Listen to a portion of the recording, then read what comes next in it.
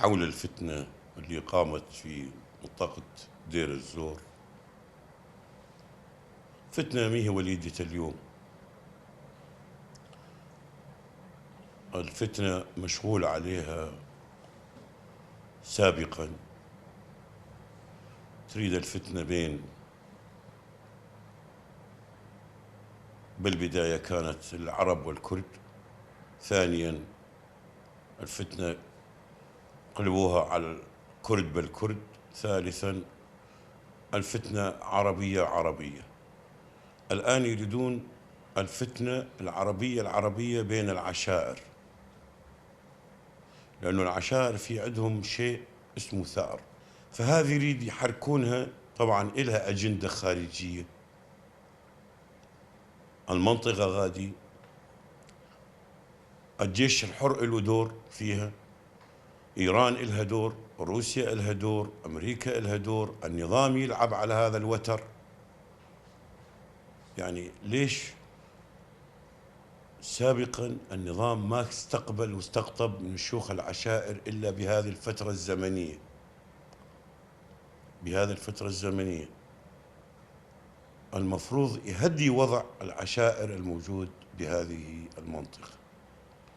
فإحنا نتجنب هذه الفتنة ونحارب هذه الفتنة الموجودة اللي صارت عند عمامنا العقيدات وعمامنا البقارة، قتل رموز من العشائر البقارة وقبائل البقارة وقبيلة العقيدات.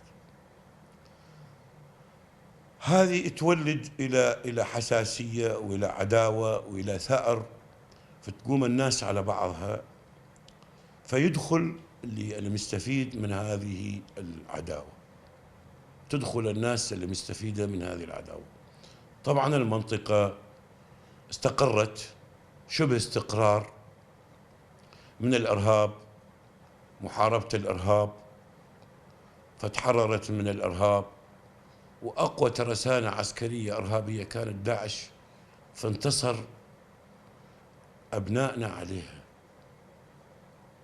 قوة أبنائنا بانضمامهم القوات السورية الديمقراطية، فتشكل جيش نظامي يحمي المنطقة،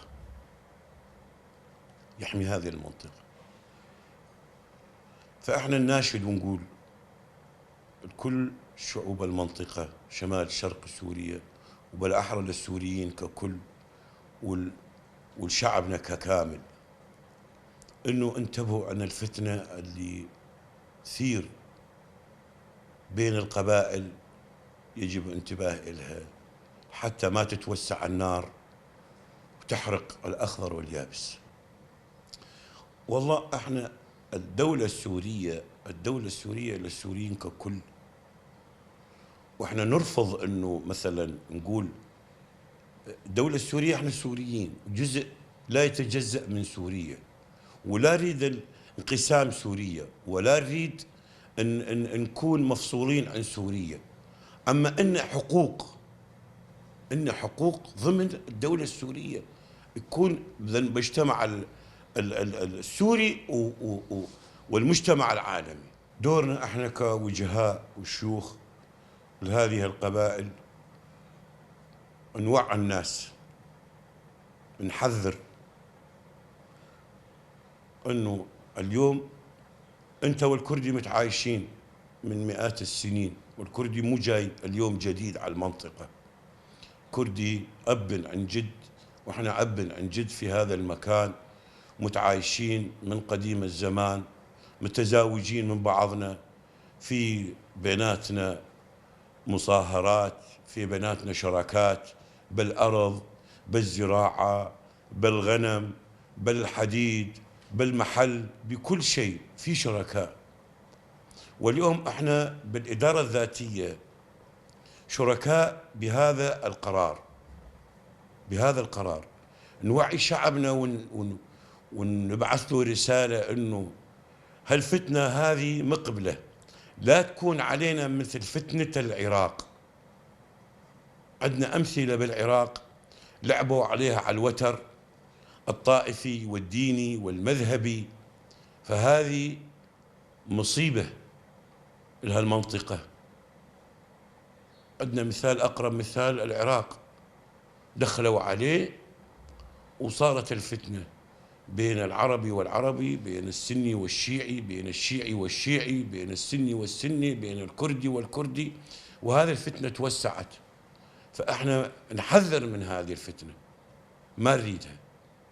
نقول العشائرنا وقبائلنا الناس الشرفاء المحترمين المقدرين الهم وطنية بهذا التراب، حافظوا عليه، حافظوا عليه بكل ما تملكون من قوة.